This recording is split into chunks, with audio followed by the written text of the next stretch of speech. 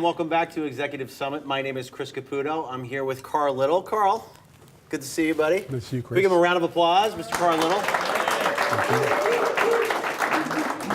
So Carl is a serial entrepreneur, having found, grown, and sold 4 office equipment sales and service companies. He currently serves as the Kansas City Marketplace Director of Business Development for Datamax, UDP, and SumnerOne Company. Carl's expertise in office equipment pales in comparison with his skills as a connector. His warm, genuine concern for everyone he knows shows in the way he puts people together, often for their mutual benefit.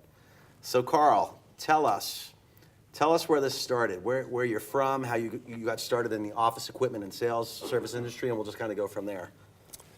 Well, I'm from New England, but I'm not a Patriot fan. I root for the Chiefs. I approve that message. Grew up with a family of 5 children. I was the oldest of 5. Mom and Dad were uneducated people, but worked their butt off to get us educated. All 5 of us went to college. I came to Kansas to school and played football at OU. That's Auto University, not Oklahoma.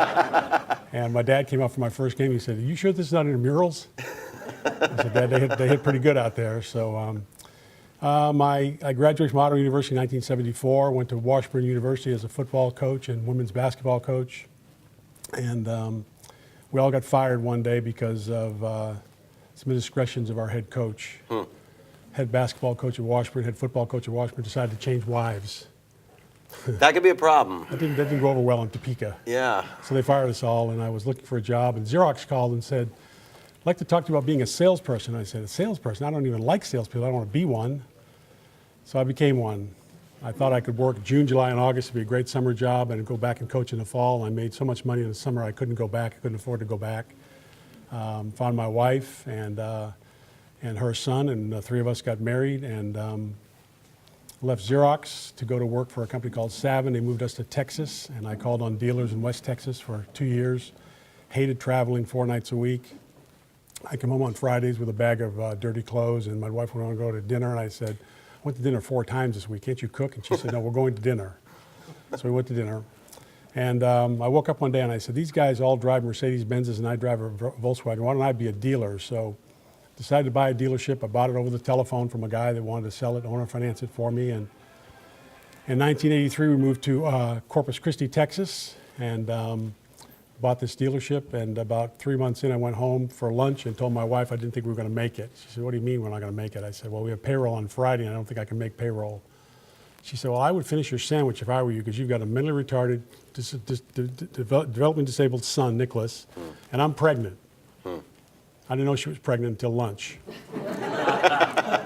So she said, "I'd finish your sandwich, I'd go back to work, because you have no choice. You moved me 700 miles away from my family, and so get your ass back to work and go sell something, because you got to make payroll on Friday." So I did. I've not gone back not gone to lunch for 35 years, because I don't want to go through that again. So we had that business for about 7 years, and one Thursday morning, this guy was in my driveway at 6 o'clock in the morning at the office.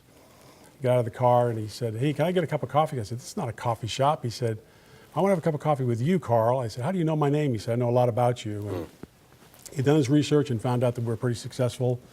He said, "I'm with a company called Danka out of Tampa, Florida, and we'd like to buy your business." And I said, "This business is not ready to be sold." And about 3 hours later, I was on a plane with him going down to Tampa to meet the corporate president. And 2 days later, we sold the company to him.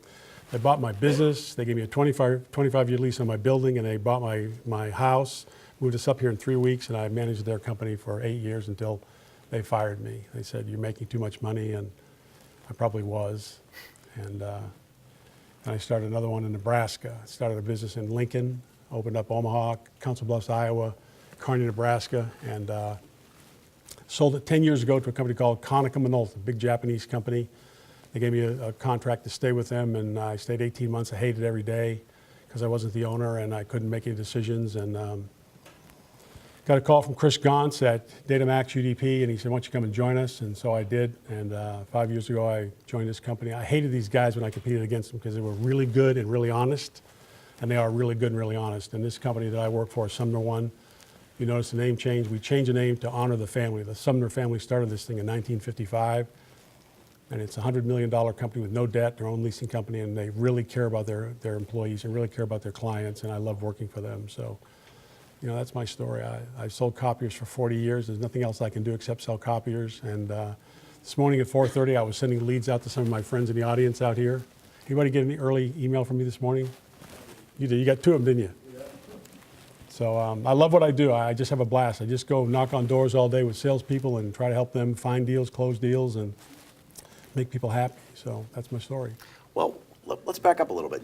There's a lot of information and timelines there, Carl. Tell us, who kind of influenced you? Who kind of gave you some of this moxie and this ability to kind of, you know, who inspired you to take on the success that you've had on today? Who you give credit to? My dad told me that you'll never have to ask for a raise or promotion or more money if you just bust your butt for people. And he said, get there early in the morning, stay late, help people achieve the goals they want, and you'll be fine. My dad did not graduate from the 8th grade. What did he do? What did your dad do when he was working? He ran a bulldozer and a crane. He was an uneducated contractor. Never owned a company, was just a worker. And Mom worked in a factory, GM factory in New Hampshire. We grew up north of Boston, and they're just hardworking people. I never had to worry about food on the table or clean clothes. We didn't have a lot, but we had enough. And I'll tell you one thing about my dad. When I brought Nicholas and Shelley back to Boston to meet my family, my dad said to me, if you ever disappoint this kid, if you ever screw this kid around like his dad did, I'll never speak to you again. That was pretty tough words. That was when he called me Buster. But anytime he called me Buster, I was in trouble. So my dad died 2 years ago, and the last thing he said to me was, you didn't disappoint me. And I know what he meant. That was the first guy that taught me. Then I had coaches along the way, football coaches that just beat the crap out of me because they knew I was better than I was performing. And they just said, we just expect more out of you. And they got more because they expected it. And I'm the same way with people. I want them to be successful, but I don't want you to be more successful than you want to be successful, but I want to help you get there. If I help you, you'll help me down the road. And all of the people in this room, not all of them, but most of the people in this room have helped me. I've had people help me raise my son, who's now 41 years old. I've been his dad for 37 years. Man, that's powerful stuff. Yeah. So who do you look for relationship-wise? Who do you like to work with? What really, who are you attracted to in the marketplace to really, because you've seen a lot, you've been through a lot, you've been through a lot of bad situations, you've had a lot of good situations. By the way, and you said this to me, I didn't even realize this, you don't have to work, right? You work because you want to work. You do it not out of necessity. And I have a wife that wants me to get my ass out of bed in the morning. Well, okay, well that helps. That also helps too, no question. But you don't have to go up and you can hit the golf course every day if you choose to. I've been very blessed. Yes. You know, in growing our companies, we had great people. I mean, we had fantastic people that managed our business for us. I had a guy up in Omaha, Nebraska, who was the best manager I ever had. A guy in Lincoln, they ran my companies, and I didn't have to worry about them. So I hired the best people I could. And a lot of times they came from the competition, and they just didn't like working for those people, and they came to us, and we treated them right. How did you train them? How did you call out the best of them? Being a coach, right? Raising up a great asset of team members around you. What was the secret sauce with that for you? I think you have to lead by example. I mean, they knew if I got up at 4 o'clock in the morning to drive to Lincoln for a 7 o'clock sales meeting, I was going to be there at 7 o'clock. It wasn't going to be 7:15, it'd be 7 o'clock. The difference in the Nebraska people was you tell them to be there at 7, they'd be there at 7. You tell the Johnson County kids to be there at 7, they'd be there at 9, including my own kids. I just led by example. I worked harder than they worked, never gave up. When I lost deals, I lost with character and class. Yeah. But I went back to the office and beat the crap out of myself because I don't want anybody losing. I don't want anybody going with somebody else because they won't treat them the way we treat them. We treat our people, our customers, really, really well. If someone buys a machine from me and they don't like it, I'll give them their money back. I don't want them mad about a stinking copier. Life is too short. So we have a rule at our office that says anybody who calls who's really upset, I get the call, and I go see them. So I'll tell you a story. About a year ago, I got a call from the dispatcher, and she said, this guy's really mad. So I said, who is it? He said, Miller Plumbing out in Bucyrus, Kansas. Anybody know Mr. Miller? Small company, but a really good guy. So I'm driving out to see him because I know he's mad. I haven't talked to him yet, but I'm going to go see him. And I called my wife and I said, Shelley, who did the plumbing work at our house we just built? She said, Miller. I said, oh, okay, good deal. So I'm going out there and I said, is Mr. Miller in? They said, yes. I said, would you tell him I'd like to see him? He just finished the plumbing work on my home in Bucyrus. And so they came up. He said, what house was it? I said, it's in Wolf Valley. Brian Kaler built it for me. And he said, oh, I know that house. That's a beautiful house. I said, yes, it is. And you did the plumbing work, and I want to thank you very much for it. He said, well, you're welcome. And I said, and I'm also the copier guy. And he about shit his pants. I said, I heard you're upset. He said, I am. I said, what's the deal? His wife popped her head up over the cubicle. She said, don't worry about him. He couldn't put gas in his gas tank if I didn't take the cap off. He can't run a copy. He was in here on Saturday morning, tried to run some copies, couldn't run them, got mad, slammed the cover down to the machine. I left there with a new machine order for $13,000 with a check because I went to see the man. You can't solve these problems over the phone because they can say anything they want. You can say anything you want, but it always ends up kind of being bad. So I would encourage you to go and see people. I see about 2 a month. That's all. The only complaints we get is about 2 a month. That's with 15,000 machines in Kansas City and 43 technicians. That's pretty impressive. Pretty impressive. Wow. So what do you see? You run into a lot of business owners here in Kansas City, perhaps outside of Kansas City. What do you see some of the biggest struggles people have to getting to a place of a higher place of success, in your opinion, in your expertise? I think trusting staff. I always had. Why is that so hard? Why is it so hard to trust staff? I think business owners, entrepreneurs, and there's a lot of entrepreneurs in this room are hands-on. Yeah. And they think things don't happen until they make them happen. I'd leave town and go out of town, and things would be better. And I didn't like to hear that but my wife would say, things are better when you're not here. So I had a guy call me one day and he said, I think I can help your business. I said, well, my business is pretty good. He said, I think I can help it quite a bit better. I said, well, come on in. So he flew in from Chicago to see me. He said, I've talked to some of your people. I said, you've talked to my people? He said, yeah, I know how your people are. Talked to my people, and he said, I'd like to get them all together, your management team, this afternoon, and talk to them. Give me 30 minutes with them, and you're in the room. And they said to me in front of him, we'd like you to be out of the office 80% of the time. I said, why? They said, because you're the best sales guy we got, and when you're here, if we tell somebody no, they come to you and you tell them yes. Yeah. It's like, mommy didn't like what I asked, and so I went to daddy and got the answer I wanted. So I said, I'll tell you what, I'll try it for 30 days. That 30 days ended up being 3 years because I was really good in the field and I had more fun in the field. I hated the office, but I felt like I needed to be there because I'm the hands-on guy, Things aren't going to run quite as smoothly unless I'm there. And that was a lesson learned. And my wife talked to this guy before he talked to me. I mean, I didn't know she talked to him. She was our office manager. She had 20 gals reported to her, in Lincoln, Omaha, Kearney, and Council Bluffs in Kansas City. And so I think we just need to trust people. If you're going to hire them to do their job. Don't hire them to manage. Don't manage them. Just let them run their deals and don't be afraid to run the deals. So why is it, do you think, that people have to have that control? What is it that, if you were coaching them, how would you work them through that process? Or especially if someone that you're solopreneuring right now, it's just them, and you're saying to get to that next level, how do you take that step? What's the most effective way? Is it hire a coach? Is it, one thing I learned in coaching is I could do an awful lot for those players, but I couldn't go on the field. I couldn't go out there and hit anybody. I couldn't go out there and catch a punt or do any of that. I couldn't do that. I was on the sideline. So it's a mindset. Yeah, let them do it. Have meetings and discuss what you're going to do, and then you can check and see that they're doing it the right way, but you don't have to get in their face all the time. And I didn't do that. I mean, I'm not an easy guy to work for. Don't get me wrong. I demand a lot. I demand a hell of a lot from myself, and more for myself than our people. But you got to let them breathe. So otherwise, don't hire them. When you're going through that process, when you were carrying the pit in your stomach on the times in the early stages, how did you manage that stress? How did you work through that to keep the main plain focus of getting to where you want to go with the people that you have around you? How did you manage those emotions? Did you call them in the office and you read them the riot act? Was it just that you went out running and I'd take them with me. Yeah. Or one thing I did was, if I was really mad at somebody, I'd say, come into my office and sit in my chair and you tell me what you would do to you. Wow. They fire themselves 9 out of 10 times. Because they know. And when it's time to get rid of somebody, get rid of them, because if you wait, it's not going to get better.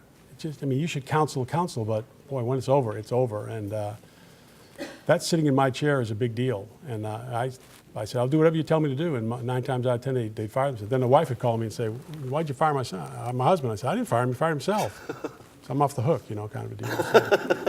So. That's brilliant. But I try to find the best people I can and provide them some training. And I like taking people in the field and let them watch my style, then I watch their style, then we critique each other. I do that every day now with these young people, and not so young, all of them, but we just got back from our President's Club trip. Every single person on our staff, all 17 salespeople and managers made the trip. That's unbelievable. Our office was empty for a week. That's impossible to even believe that. Usually it's like 70, Jerry, would you say 75% of the people make the trip?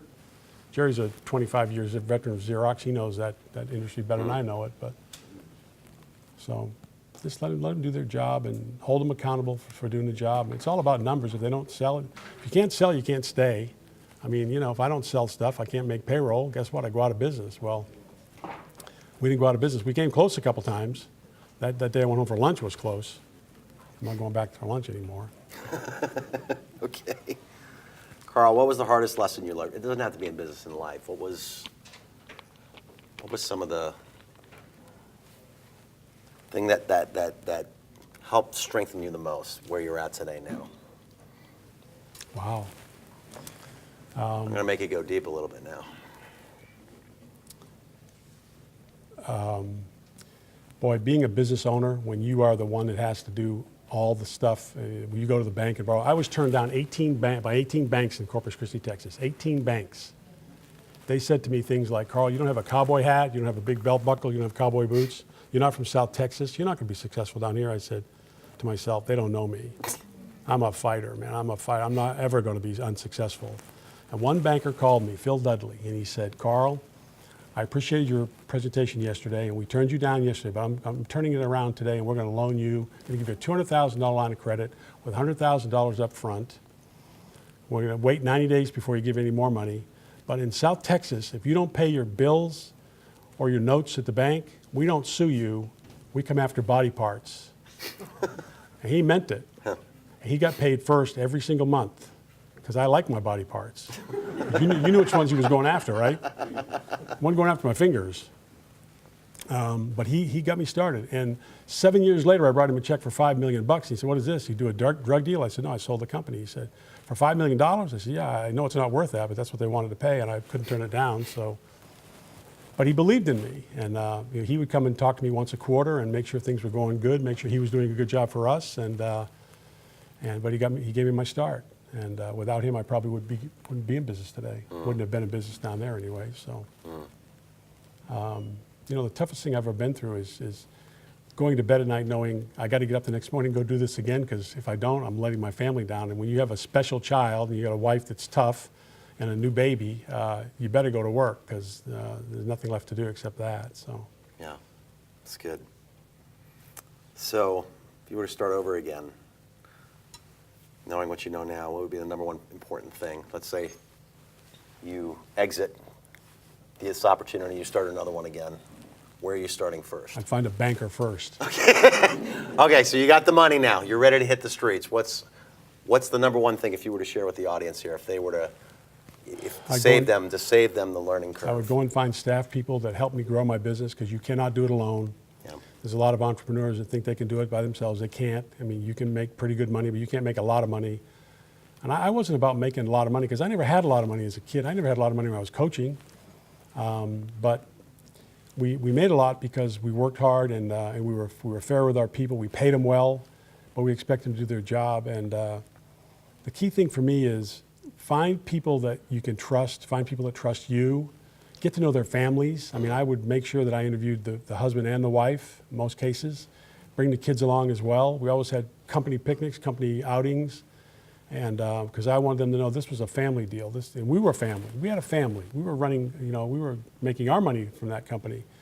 And a lady called me one day and she said, do you know where my husband is? I said, I don't. She said, he hasn't been home for 2 weeks. I said, your husband hasn't been home for 2 weeks? She said, no. I said, he's been working here. She said, where's he go at night? I said, I have no clue. Well, I should have known that. I didn't know it. was a mess, and it ended up being a terrible mess. But I should have known that. I should have sensed that something was going on in his life. Not that I want to be nosy or anything, but I remember a guy came to me, an insurance guy, and he said, "You need to buy Keyman life insurance policies for your managers." I said, "No, why would I want to do that?" He said, "Because you're going to have a disaster, and one of your guys is going to die, and the family's going to be devastated." So I said, "Okay, run some numbers." So he did. I had 7 managers. We bought life policies for these guys. It was cheap money. I mean, cheap premiums.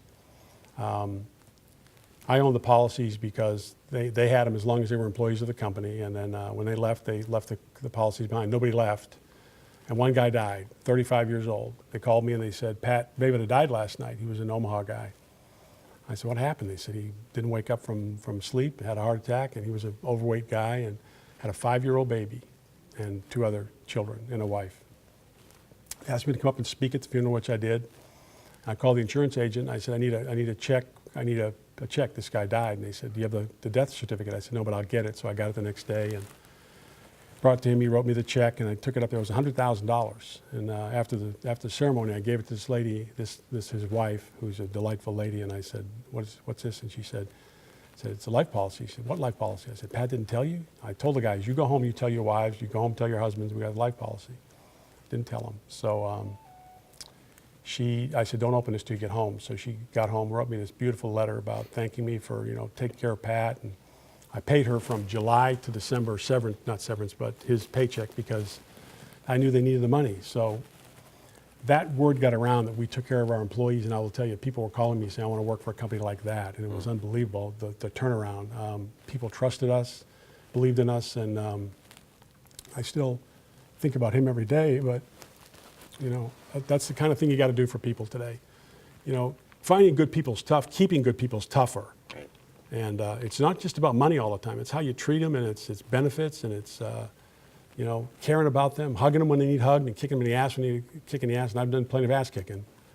But it comes back and it pays you because they trust you and they love you, and I love them. So.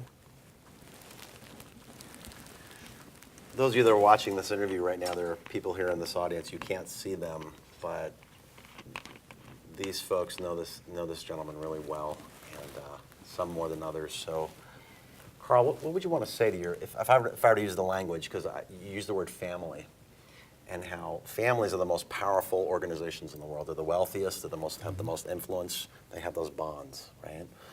What would you tell them? What would you? There's a couple of them I don't like. A couple of them you don't like. Okay, that's all right. A couple of them didn't buy from me. So they didn't. No, that's not good. So but we'll a lot of them Carl did. afterwards. So anyway, so just tell them, Carl. What would you say to these folks right here? I mean, we're talking to the camera, but there's people here that are actually flesh and blood that have a relationship with you. What would you encourage them with? I would say just never be satisfied. I'm never satisfied. I always want better. I went to New York with my wife and daughter about 3 years ago on a shopping spree. I didn't want to go. They suckered me in. They said, "We got you a ticket to the Georgetown game at Madison Square Garden." I said, "Okay, I'm going." So I thought we were all going to go to the game. They got one ticket. They suckered me in. They wanted me there to carry the bags out of Macy's, and so I'm on Wall Street, and I want to have my picture taken with the bull. So I'm going down there to get the picture taken with the bull. My wife and daughter are behind me, and the phone rings, and I answer it. And it's a guy, and he said, "Carl, I want to ask you a couple questions about this deal." It was a copier deal, $50,000 deal, and he said, "I got a couple questions, and do you have time?" I said, "Yeah." He said, "Well, the first question is, what are those horns in the background?" I said, "Well, I'm on vacation in New York with my family, and those are the horns, the New Yorkers are blowing their horns." And he said, "Well, let me call you Monday, and we'll talk." I said, "No, let's do it now." Walk a little further, I turn around, they give me the hairy eyeball, my daughter and wife, and I came back, and my wife said, "What are you doing?" I said, "Well, I just helped get a deal." She said, "Why do you do this?" I said, "How do you think I paid for this freaking trip?" I sell copy machines, and the guy sent me a PO that afternoon. I said, "You got to send me the PO this afternoon because I got to show this to my wife because I got to get my ass out of trouble here." And it was a $50,000 deal, and if I wouldn't have taken that call, he might have called somebody else and asked those 2 questions. The 2 questions were simple. He just wanted me to verify a couple things, and I did, and we got the deal. So what I'm saying to you is, I'll tell you one more story. I went to a funeral over in Independence. My wife's uncle died, And we were at St. Mark's Church in Independence. Anybody ever been to St. Mark's, or anybody a member of St. Mark's Catholic Church? Well, I got there 30 minutes early. And I'm walking around the church. I'm looking for their copiers. I shouldn't have been doing that, but I was.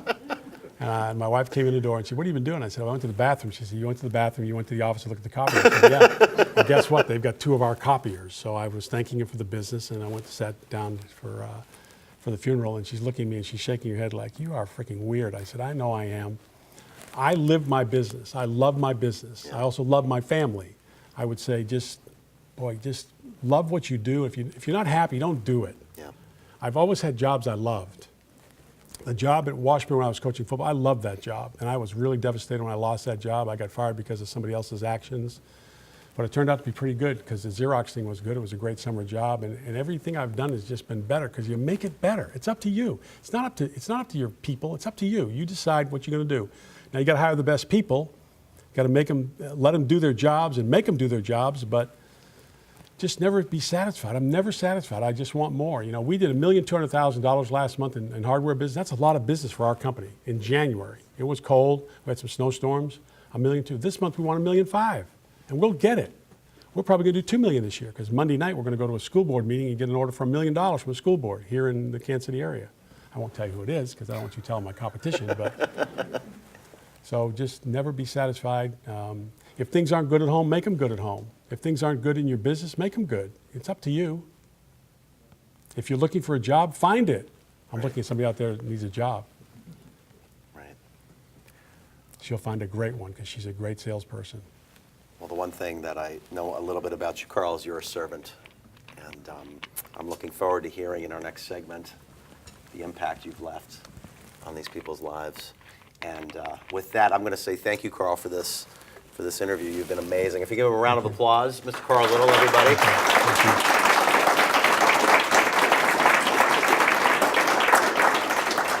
And we'll be right back.